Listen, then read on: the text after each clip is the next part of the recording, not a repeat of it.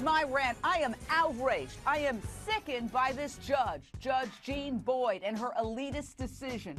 Coddling is not a strong enough word. The defense lawyer even had the audacity to argue that Ethan suffers from affluenza, as in affluent. It looks like this judge bought this load of BS, and in doing so, may well have given this bratty kid the chance to spin even more out of control. In effect, the judge admitted, yeah, there's a two-tiered system of justice. One for the poor, who, let's face it, are often minority, and one for the rich, like this kid. How dare this judge buy this argument that this kid is just a victim of his wealth and bad parenting? It pollutes the criminal justice system, which is supposed to be blind, particularly to privilege, particularly to money and power. This sentence is basically saying if you're rich, you live in a no-consequence zone. You can kill with abandon. You won't do any hard time. You won't do any time at all.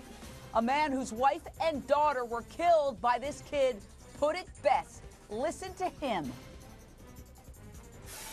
Money always seems to keep Ethan out of trouble. This was one time I did ask the court that for justice and that for money not to prevail. And ultimately today I felt like money did prevail. Call me, 1-877-JVM says. What do you think of this kid getting not any time behind bars? 1-877-586-7297. You know, I remember covering a story where a lawyer once sparked outrage by suggesting his client was too pretty for prison. His client was a hot blonde. Well, now we have lawyers and a judge saying this young man is too rich for prison. John Lieberman, investigative reporter, are you kidding me?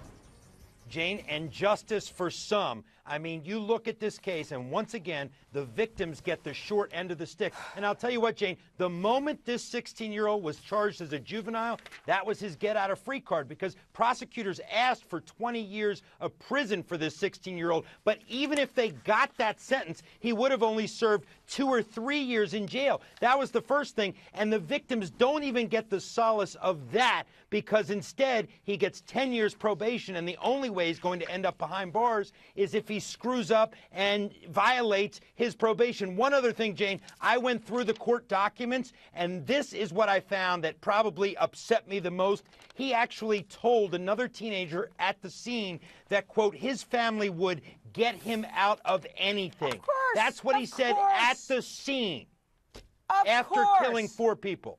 Listen, his lawyers admitted he was drinking, he was driving, okay? A 3 times the legal limit, .24.